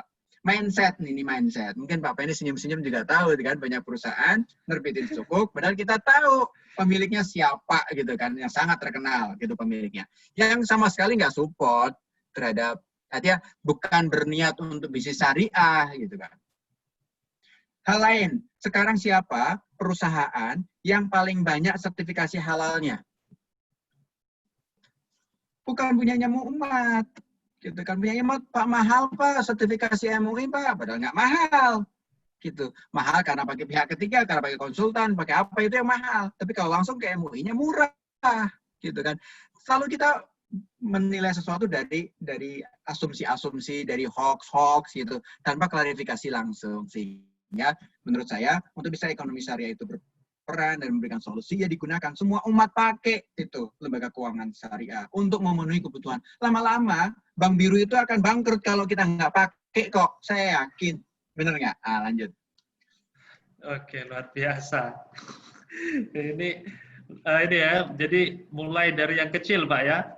Masalah Iya, nanti ada perubahan atau tidak, yang penting kita mulai dulu, kita pindahkan dulu aset kita ya ke yang instrumen yang sifatnya syariah, luar biasa. Oke, ini kita coba cari pertanyaan yang cukup ini ya, teman-teman. Oke, ini dari Bu Nunung Nurjanah, Pak. Ya, tuh Pak Teguh mau bertanya, bagaimana mengelola keuangan yang tadinya hanya dengan menabung konvensional lalu pindah ke investasi? Apa perbedaan signifikan dari keduanya itu, Pak? Oke, jadi begini, investasi itu diharapkan hasilnya lebih dari tabungan, bahkan lebih dari deposito. Oke. Bukan berarti kita nggak butuh tabungan, bukan berarti kita nggak butuh deposito. Kita tetap membutuhkan tabungan, kita membutuhkan deposito, tapi masing-masing punya perannya. Tabungan untuk membiayai hidup kita, untuk menempatkan dana kita untuk kehidupan sehari-hari. Deposito mungkin untuk jangka waktu sampai dengan 1 tahun. Misalkan tadi saya mau nyekolahin anak saya 1 tahun ke depan, ya saya taruhnya di deposito di bank syariah. Gitu. Kenapa Pak? Bapak kan ngerti saham, ngerti reksadana, ya saya paham. Justru saya paham itu saya nggak taruh di saham misalkan gitu. Karena saya khawatir nanti pas lagi tahun depan ada another krisis gitu misalkan yang kita nggak pernah tahu gitu kan, karena apa yang terjadi esok hari hanya Allah Subhanahu Wa Taala yang tahu kan. Nah, sehingga kita berikhtiar untuk yang tahun depan sekolah anak saya yang akan masuk kuliah saya taruh di deposito di bank syariah. Saya pernah dinyinyirin, saya taruh deposito bilang gitu aja, masa DPS naruhnya di deposito saya deposito di bank syariah bro gitu kan, kira-kira gitu. Nah gitu, tapi untuk jangka waktu yang lebih panjang, misalkan untuk 3 tahun ke depan, mungkin sukuk akan jadi alternatif gitu kan, atau reksadana pendapatan tetap Ya, ini sekedar gambaran, gitu kan. Untuk jangka yang lebih panjang lagi, saya ingin pergi haji untuk masih berapa lama lagi, saya ingin misalkan pensiun, mungkin saya akan tetap produktif sampai 20 tahun ke depan, gitu kan. Berarti selama 20 tahun ini saya akan nabung, investasi, terus untuk taruh di misalkan di saham, reksadana saham, atau instrumen-instrumen bisnis, atau apapun yang tentu koridornya satu, sesuai dengan prinsip syariah. Sehingga Ibu, kalau memang mau memulai untuk investasi, pertama tetapkan dulu tujuan. Investasi itu harus smart, harus spesifik, measurable, smart itu SMART gitu ya. Spesifik, harus spesifik, tujuannya mau dipakai buat apa, measurable harus terukur, terus terukur itu artinya mau digunakan kapan, butuh dananya berapa, gitu kan. Terus investasinya berisikonya berapa, inflasinya berapa itu terukur. Anda bisa pakai Halofina untuk ngukur-ngukur itu, untuk ngitung itu. Halofina, langsung aja HALOFINA gitu kan. Itu kayak Halodoc gitu. Kalau ini kan dokter, nah ini Fina itu finansial gitu. Halo finansial gitu. Smart. A-nya adalah achievable. Nggak usah muluk-muluk gitu. Gaji cuma 5 juta, pengen punya rumah 5 miliar, itu muluk-muluk gitu. Jadi yang kira-kira bisa dicapai gitu, kira-kira tujuan itu bisa kecapai. R-nya relevan, artinya jangka waktunya sama investasinya relevan. Smart T-nya adalah time base, ada waktu yang kita memang harus hitung bahwa ini akan dipakainya kapan. Dengan demikian maka tentukan investasi mau untuk tujuan jangka waktu yang pendek, menengah atau panjang, terus baru pilih produknya dan diukur berapa yang harus saya investasikan setiap bulan. Saran saya untuk semuanya, bukan hanya piananya, adalah untuk belajar investasi yang paling efektif adalah dengan cara terjun langsung beli produknya. Terjun langsung buka rekeningnya, kalau mau beli saham, buka rekening efek, ada RDN, rekening dana nasabahnya, segala macam, buka. Meskipun mulai dari kecil. Gitu. Belajar investasi itu seperti belajar renang. Kalau Anda teori doang, apalagi teorinya secara online seperti ini, saya tadi agak khawatir kenapa saya nggak panjang lebar sampai ke produk. Saya khawatir malah justru nggak diimplementasikan karena terlalu banyak informasi. Jadi ketika Mas Penny menjelaskan tentang bagaimana, saya khawatir teman-teman ini gimana ya caranya ya. Gitu. Jadi kebayang apa itu IHSG, apa itu JII, apa itu short selling, apa itu margin trading, masih ngawang-ngawang. Supaya paham, mungkin ada Bapak Ibu dosen juga, supaya bisa menjelaskan, Anda harus master di instrumen itu seperti belajar renang. Kalau cuma teori doang nggak akan bisa renang, harus nyemplung ke kolam, tapi jangan bunuh diri, jangan nyemplung langsung ke lautan, jangan nyemplung juga ke kolam yang dalam, jangan. Kolam yang cetek dulu deh. Artinya apa? Investasi dengan nominal yang kecil dulu.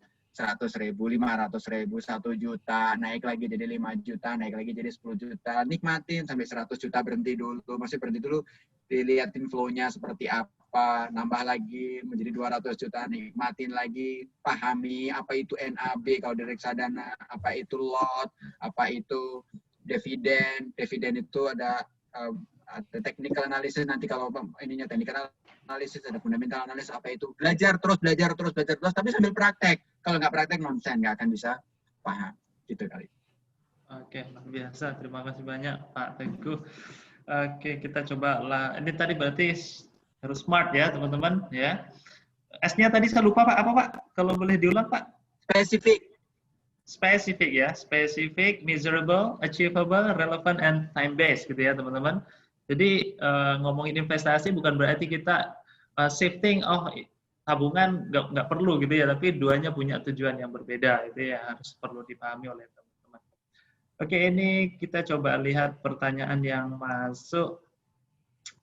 Saya coba lihat nih ini mungkin ke Mas Penny nih ya, ini kayaknya teknis nih, yang nanya mungkin mahasiswa ya, yang udah jadi investor. Nggak apa-apa, kita coba tanggapi dulu Mas Ahmad Farhan dari Lampung. Mas, bagaimana kita cara mengatur money management atau sizing portofolio untuk masuk market? Waduh, ini udah teknis nih ya. Kan kelihatannya ada krisis nih, gitu ya. Dan apa tipsnya untuk mensiasati, gitu ya. Dan kemudian gimana cara ngontrol psikologis investasi ketika kondisi fluktuatif seperti ini? Oke, terima kasih. Ya, ini pertanyaan banyak banget nih. Ya. Mau diborong semua kayaknya. Jadi kita lihat yang ya agak mirip-mirip, kita ambil satu gitu, Mas. Oke.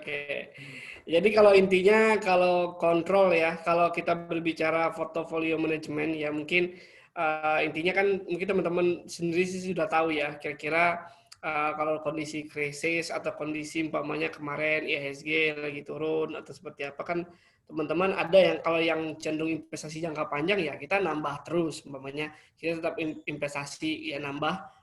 Contoh kalau saya punya sahamnya BRI Syariah, ya udah saya tambah aja sahamnya selagi saham itu lagi murah, ya apa salahnya saya nambah lagi sahamnya gitu. Kalau saya investasi jangka panjang, biasa sih memang kalau kita sebagai investor syariah harapannya memang kita lebih ke investasi jangka panjang ya, harapannya seperti itu, karena kan memang inginnya ketika kita berbicara investasi syariah kan kita tentu ada tujuan yang ingin kita capai. Tadi yang kita katakan tadi perencanaan keuangan, ya tentu kalau kita berbicara perencanaan keuangan ya udah, kalau kita sudah tahu nih tujuan yang ingin dicapai, ketika kita kondisi lagi turun, harga saham lagi murah-murahnya, itu waktunya kita buat masuk harusnya gitu. Buat timing buat kita masuk ke saham-saham yang kategorinya ya kalau kita berbicara fundamental yang tadi sempat disinggung sama Pak Teguh, fundamentalnya bagus ya, jadi teman-teman bisa masuk ke sana. Tapi tetap saja masuk ke saham yang syariah ya. Menurut saya sih memang kalau kondisi seperti itu tergantung, kalau kita investasi jangka panjang ya kita nambah, tapi kalau mungkin kalau teman-teman di sini ada yang trading ya, nah ini beda cerita lagi. Kalau trading kan nanti beda cerita ya, kita harus lihat momennya dulu ya,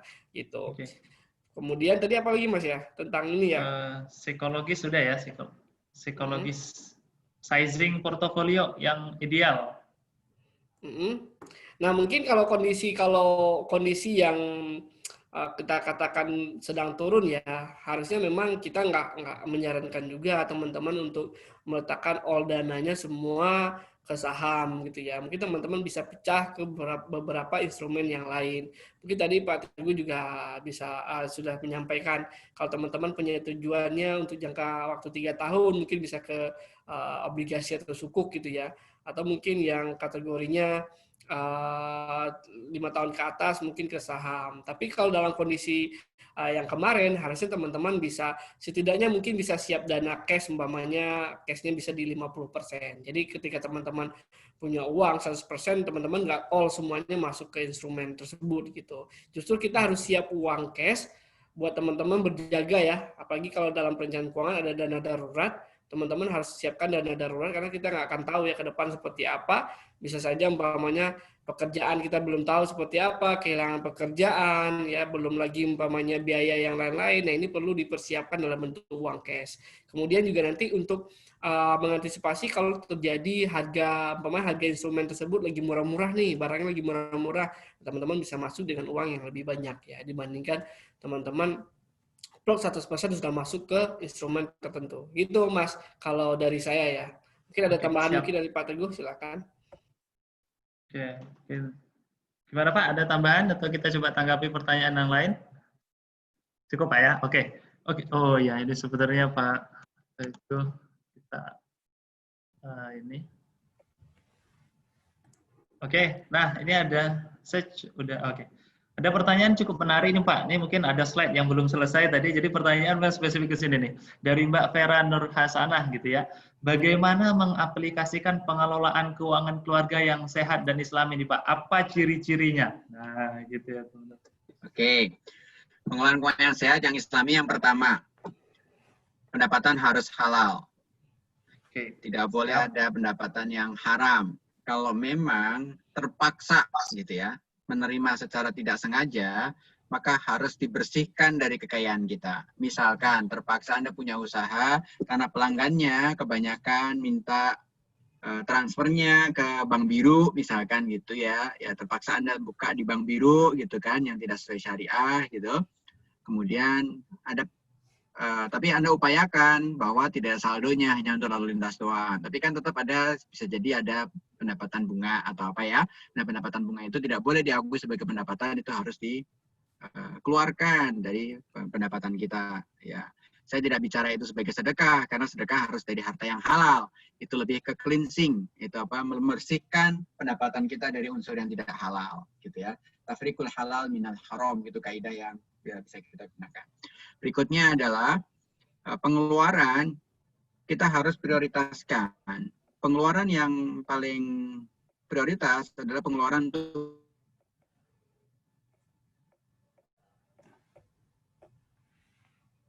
utang ke saudara, utang ke orang lain, termasuk juga cicilan ya, cicilan ke misalkan KPR, cicilan beli kendaraan dan sebagainya menjadi prioritas. Dan cicilan yang sehat setiap bulan itu tidak boleh lebih dari 30 atau 35% paling tinggi dari pendapatan kita. Jadi kalau Anda punya pendapatan misalkan 10 misalkan ya, maka cicilan per bulan itu tidak boleh lebih dari 3,5-nya. Katakan kalau 10 juta, ya tidak boleh lebih dari 3,5 juta. Kalau pendapatannya itu 3 juta, ya cicilan per bulannya tidak boleh lebih dari 1 juta. Itu prioritas pertama. Prioritas kedua adalah alokasikan untuk zakat kalau memang Anda wajib membayar zakat, misalnya nisab dan sebagainya. Prioritas ketiga, setelah yang wajib tadi, wajib bayar utang, wajib bayar zakat, dan sebagainya, prioritas ketiga adalah untuk investasi. Jadi investasi lakukan di awal, sebelum pengeluaran. Ya. Karena kalau pengeluaran itu duluan, baru sisanya dipakai buat investasi, saya yakin Anda nggak pernah bisa investasi. Kenapa? Karena habis mulu tiap bulan. Berapapun gajinya deh. Kebetulan saya berprofesi sebagai financial planner itu sejak tahun 2007-2008 lah ya. Itu nggak ada diskriminasi gaji kecil, gaji gede kok. Kalau dipakai buat pengeluaran dulu pasti habis aja. Mau besar, mau kecil, habis aja gitu kan. Ya waktu pendapatannya masih kecil sih nggak berani nyicil apa-apa ya. Begitu pendapatannya agak naik dikit, nyicilnya motor gitu. Pendapatnya udah naik lagi, nyicilnya mobil. Mobilnya tadi 2 juta umat, tiba-tiba mobilnya udah yang spesifik. Nyicilnya mobil Eropa. Aduh, nggak pernah ada habisnya ya, meskipun gajinya 50 juta sekalipun gitu kan. Jadi habis mulu gitu. Sehingga prioritas ketiga adalah untuk investasi dulu, baru digunakan untuk basic need. Itu prioritas keempat. Prioritas keempat itu basic need. Basic need itu kebutuhan pokok. Nah, kebutuhan pokok itu range-nya, kalau Anda punya cicilan, itu biasanya antara 20-40%. Katakan 30-40% lah untuk kebutuhan pokok Anda, baru selebihnya, kalau bisa nggak lebih dari 10%, itu pengeluaran-pengeluaran yang sifatnya keinginan, sifatnya bukan basic need, seperti pengeluaran untuk pulsa, untuk ngopi-ngopi, untuk GoFood, misalkan kalau teman-teman di rumah aja gitu kan, untuk nyobain makan-makan yang bukan basic need gitu ya, bukan kebutuhan pokok, itu masuk ke dalam luxuries, kebutuhan lifestyle lah katakan gitu. Nah, lifestyle kalau bisa tidak lebih dari 10%, maksimal banget 20%. Nah, jadi urutannya bayar utang tidak boleh lebih dari 30-35%, habis itu untuk bayar zakat, habis itu untuk investasi kalau bisa 10-20% dari income Anda, untuk hidup sehari-hari 30-40%, untuk lifestyle maksimal banget 20%. Ini memang kalau dijumlahin jadi gede, tapi maksudnya ini semuanya batas maksimal. Sehingga Anda bikin anggaran. Anda bikin anggaran setiap bulan, apalagi kondisi pandemi seperti ini. Jangan lupa di basic need tadi, di pengeluaran rutin tadi, sisihkan untuk berbagi, untuk sedekah. Kalau tadi kan zakat yang sifatnya wajib itu dikedepanin. Tapi yang sifatnya sunnah, sedekah, berbagi, terutama di kondisi pandemi seperti ini, bersyukur Anda masih punya income, mungkin banyak orang tidak punya income, alokasikan sebagiannya untuk support kepada mereka-mereka yang tidak punya income, meskipun jumlahnya nggak besar. Gitu kan banyak tuh beli apa, digantung di masjid atau di mana, tiap Jumat bikin nasi bungkus, kotak taruh di masjid, atau apapun yang nggak harus banyak, nggak harus besar, yang intinya Anda punya alokasi untuk berbagi sesama. Itu mungkin kira-kira pengelolaan keuangan dari sisi pendapatannya harus yang halal, bukan masalah besar atau kecilnya, tapi bagaimana kita mengelola di pengeluaran itu, sehingga pengeluaran itu bisa cukup untuk memenuhi kebutuhan Anda. Kalau dipikir-pikir kebutuhan kita makan sehari satu piring, sehari 3 kali, masing-masing satu piring. Kalau Tuhan nambah paling 2 piring, nggak akan banyak. Pakai sepatu juga cuma sepasang, pakai baju juga ya badan kita cuma satu, ya bajunya cuma satu, orang kedua paling baju daleman, gitu-gitu doang kan. Nggak perlu banyak-banyak kok. Yang bikin ngabisin duit itu ya karena lifestyle, karena keinginan kita. Itu gitu kira-kira.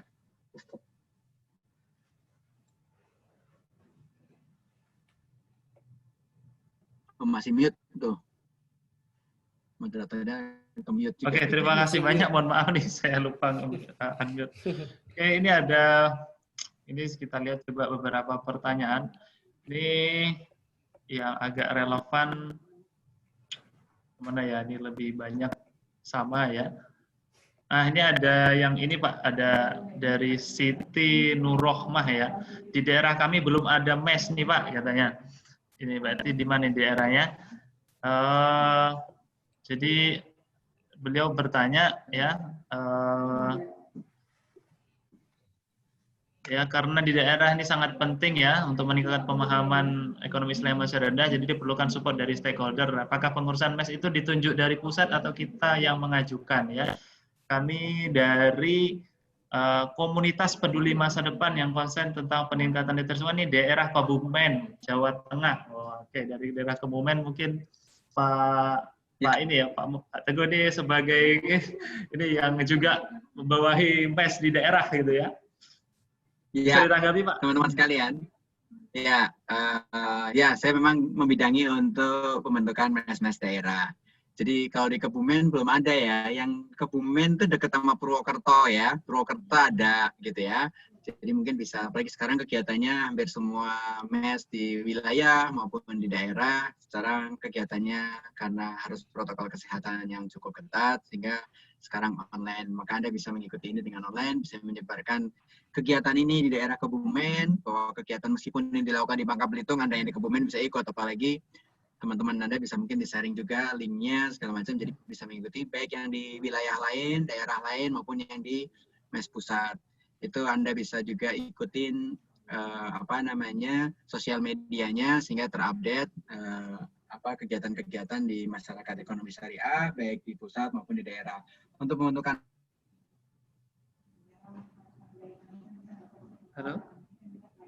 Halo Pak. Oke, kita mungkin ada gangguan jaringan ya. Mes, Anda bisa usulkan, mungkin rundingkan. Halo, sempat terputus. Oke, udah jelas Pak. Halo, sudah terdengar sekarang? Sudah Pak. Oke, nah untuk pengurusan mes, silahkan diskusikan dengan orang-orang yang concern terhadap ekonomi syariah di daerah Anda. Bisa juga mungkin kalau ada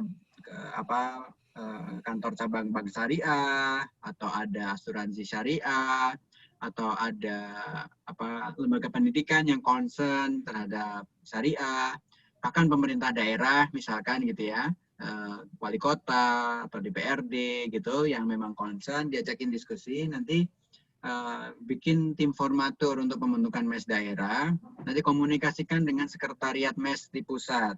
Nanti ada arahan, ada anggaran dasarnya, ada anggaran rumah tangga, bagaimana cara pembentukannya, Anda bisa hubungin sekretariat di mes pusat sehingga nanti bisa diurus.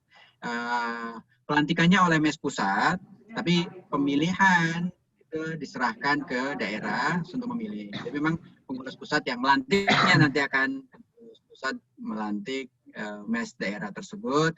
Nah, mungkin nanti juga kalau masih pandemi seperti ini mungkin akan virtual, atau bisa jadi pengurus wilayahnya yang akan, kalau di daerah Kebumen mungkin dari Semarang yang akan melantiknya mewakili mes pusat atau seperti apa, nanti akan dapat arahan dari sekretariat dari mes pusat. Tapi intinya adalah nggak ribet kok, yang penting ada kemauan dan tujuannya satu, ingin memasyarakatkan ekonomi syariah dan mensyariahkan ekonomi masyarakat yang tentu dengan keikhlasan. Jangan berharap mendapatkan sesuatu dari mes, karena mes itu organisasi nirlaba ya. Jadi bukan untuk dapetin profit atau keuntungan, tapi lebih ke yuk bagaimana kita berdakwah melalui organisasi ini sehingga kita bisa berperan dalam proses perkembangan ekonomi syariah di Indonesia. Gitu Mas.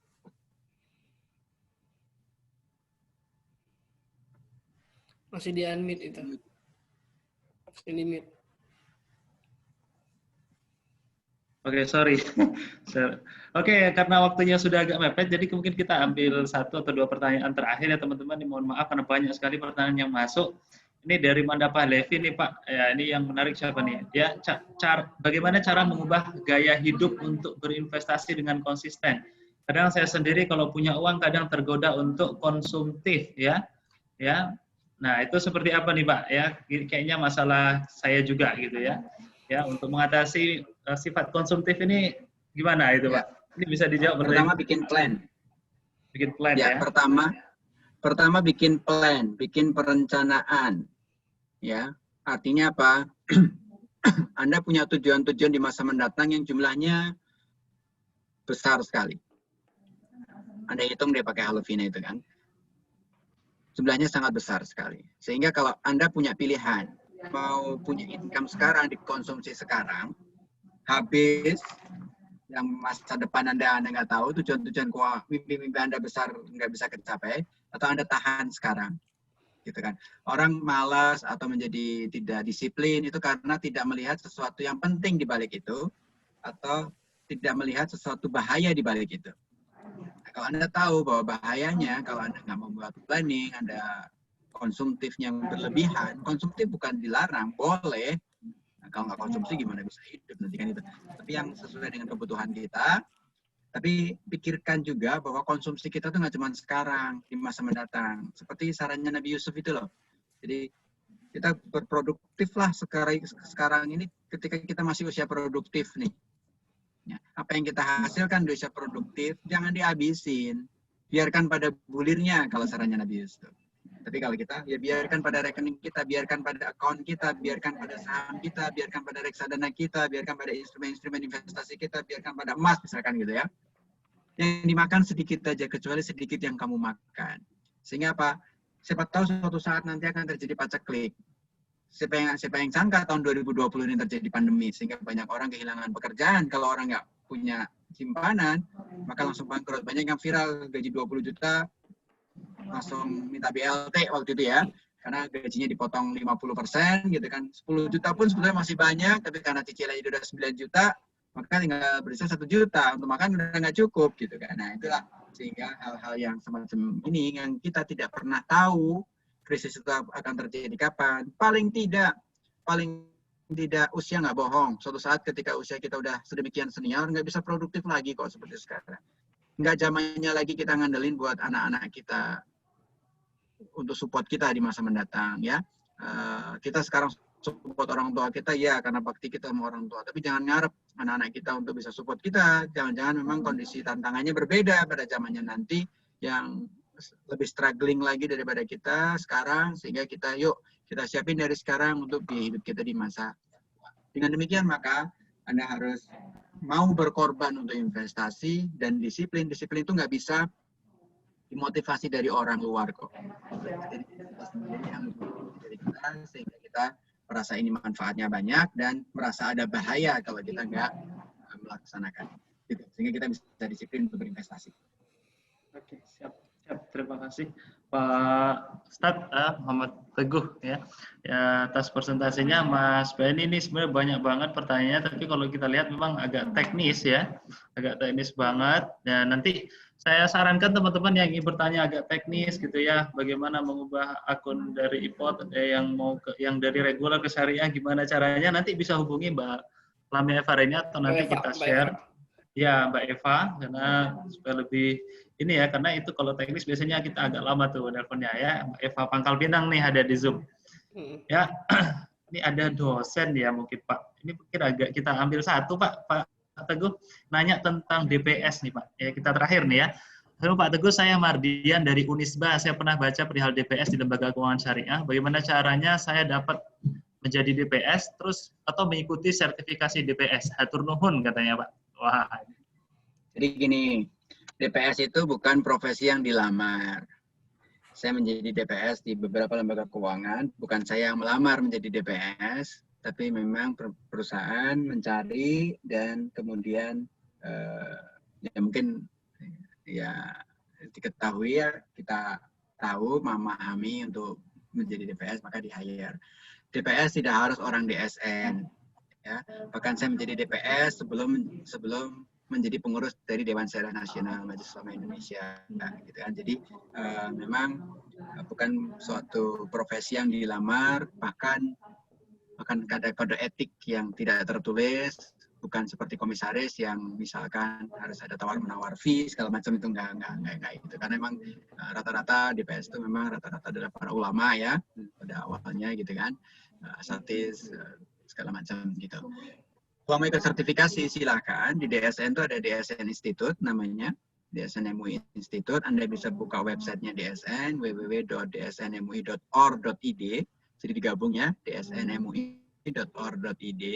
Itu nanti ada portal yang tentang DSN Institute, itu ada training. Trainingnya ada 2. Training yang pertama untuk umum, namanya Muamalah Maliyah. Training Muamalah Maliyah itu bisa diikuti oleh siapa aja. Yang kedua adalah training untuk calon DPS. Training ini hanya diikuti oleh DPS yang mendapatkan rekomendasi dari Lembaga Keuangan Syariah. Kenapa harus mendapatkan rekomendasi dari Lembaga Keuangan Syariah? Karena training ini memang disiapkan untuk menjadi DPS, agar tidak orang yang pengen jadi DPS ikut pelatihan itu, setelah lulus kok nggak jadi DPS, jadi komplain, gitu ya. Jadi memang materinya juga lebih spesifik, bagaimana pengawasan teknis gitu. Kalau dia nggak direkomendasikan atau nggak lagi dalam rangka menjadi Dewan Pengawas Syariah, maka training itu menjadi tidak diperlukan sebetulnya ya. Jadi ikut dulu, menurut saran saya, ikut dulu yang Muamalah Maliyah. Siapa tahu Anda dicalonkan oleh suatu lembaga keuangan, koperasi, ataupun BPR di daerah Anda, nanti bisa diajukan untuk bisa mengikuti yang pelatihan untuk calon. Jadi DPS ini profesi yang tanggung jawabnya itu lebih tinggi dari komisaris mungkin Pak ya. Kalau komisaris tanggung jawabnya kepada pemegang saham, DPS ini sepertinya terkait dengan fatwa juga kan ya. Produk-produk yang digodok oleh usaha tadi jangan sampai ini jadi dunia akhirat seperti yang ditanggung jawab ya. Oke teman-teman semuanya, sebelum kita tutup closing statement Pak, singkat. Pertama saya minta dari Pak Ustadz Muhammad itu, silakan. Teman-teman sekalian, perencanaan keuangan ini seperti merencanakan hidup, ya. Sehingga mungkin sebuah perusahaan akan maju kalau dia punya perencanaan dalam perusahaannya untuk tahun depan, untuk 3 tahun lagi, untuk 5 tahun lagi, 10 tahun lagi, 15 tahun lagi, 20 tahun lagi terus ke depan. Kita kan mau maju juga. Kita ingin juga beriman secara kafah, sehingga tidak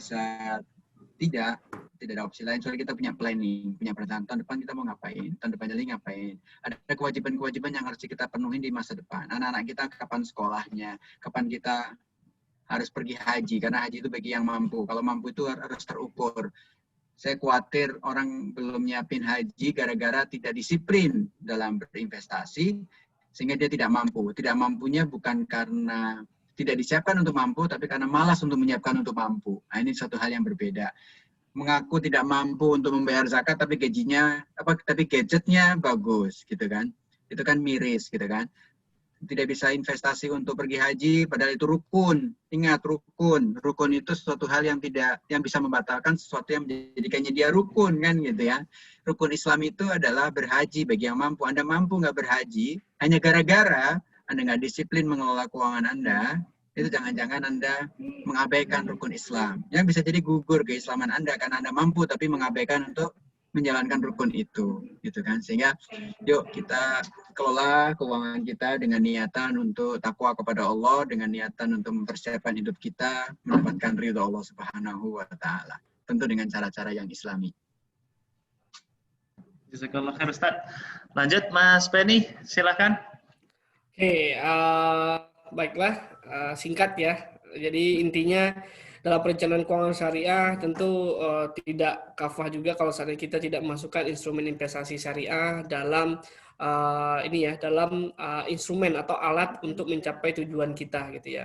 Nah, tadi sudah saya sampaikan ada beberapa instrumen ya. Apakah kalau di bidang pasar modal ada saham syariah, reksadana syariah, ETF syariah, atau mungkin Bapak Ibu yang di sini mungkin ada yang mau ke properti ya yang bentuknya lebih sifatnya memang real aset, itu juga dipersilahkan gitu ya. Tapi intinya jangan sampai instrumen yang kita pilih bertentangan dengan prinsip syariah, karena apapun itu tujuan kita sama-sama bagaimana mendapatkan ridho dari Allah Subhanahu wa taala gitu ya. Oke, dari saya sekian ya. Teman sedikit ya bagi teman-teman atau Bapak Ibu yang ingin nanti mau belajar lebih banyak tentang pasar modal. Mungkin kalau di sini saya tidak bisa ini ya karena memang terbatas waktu. Ikuti webinar kita juga ya di IPOD kita ada webinar rutin dari Selasa sampai dengan Kamis ya. Kita rutin webinar membahas apa itu pasar modal ya, analisa fundamental, teknikal, semua kita pelajari di webinar kita. Jadi kalau Bapak Ibu mau mengikuti, ikuti saja, itu free untuk nasabah kita. Untuk pertanyaan mungkin nanti langsung saja yang berhubungan dengan teknis dengan Mbak Eva ya yang ada di Pangkal Pinang. Thank you ya, terima kasih semuanya ke Pak Teguh dan Pak Fuad semuanya. Assalamualaikum warahmatullahi wabarakatuh. Waalaikumsalam warahmatullahi wabarakatuh. Terima kasih banyak Pak Ustadz dan Mas Benny ya atas materinya. Dan teman-teman mohon maaf nih pertanyaan tidak semuanya bisa kita bahas. Intinya ada 2 hal utang saya kepada teman-teman. Karena waktu juga ini. Yang pertama terkait tentang sertifikat, informasinya nanti akan kita kirim by email sesegera mungkin ya. Insya Allah dalamnya 1 minggu udah kita kirim by email. Berdasarkan absensi ya yang sudah kirim. Jadi yang belum isi absensi, silakan isi absensi di via kolom chat. Kemudian terkait dengan door prize, saya siapkan sekitar 10 orang akan dapat door prize, tapi saya umumkan langsung nanti berdasarkan pertanyaan yang masuk ya, yang mungkin nggak kejawab, tapi bagus pertanyaan, nanti saya coba pilih dari sana. Jadi pertanyaan-pertanyaan yang masuk ini akan kita cek dan akan menjadi pemenang door prize, kita umumkan via Instagram ya. Door prize-nya adalah saldo rekening saham 100.000 untuk rekening baru. Bagi yang sudah punya rekening, bisa diajak teman yang lain untuk buka rekening saham lagi. Oke, itu mungkin ya yang bisa saya sampaikan, teman-teman semuanya. Mohon maaf kalau ada kekurangan. Insya Allah 2 minggu lagi kita akan bahas tentang yang agak luar biasa juga ya, nasional juga. Ya, kita bersama MES juga nanti akan create suatu kegiatan seminar ya, tentu dengan tema yang berbeda lagi. Pak Ustadz, terima kasih atas waktunya. Teman-teman semuanya, terima kasih. Mas Penny, terima kasih banyak. Oke, kita coba. Teman-teman yang bisa hidupkan kameranya, boleh hidupkan kamera. Saya coba screenshot dari sini sehingga saya bisa dokumentasikan. Ya, hitungan 5, 4, 3, 2, 1. Oke, siap. Terima kasih banyak Pak Ustadz dan Mas Benny. Sampai ketemu di next terima kasih, kesempatan. sama-sama. Terima kasih teman-teman semuanya. Mas Benny, terima kasih banyak. Ya, Assalamualaikum warahmatullahi wabarakatuh. Sama-sama Pak Irfani. Terima kasih Ustadz. Ini Afan ini, saya lagi dalam perjalanan menuju dinas koperasi, masih rapat Ustadz. Afan. Oh iya. Kemana? Hati-hati jalan. Tadi Ya, Pak, jalan. Ustadz. Syukur Ustadz. Ya, Assalamualaikum. Jazakallah Pak Irfani ya, di tengah banyaknya kesibukan nih. Masih bisa di jalan gitu ya. Thank you semuanya. Oke, kita satu-satu dulu.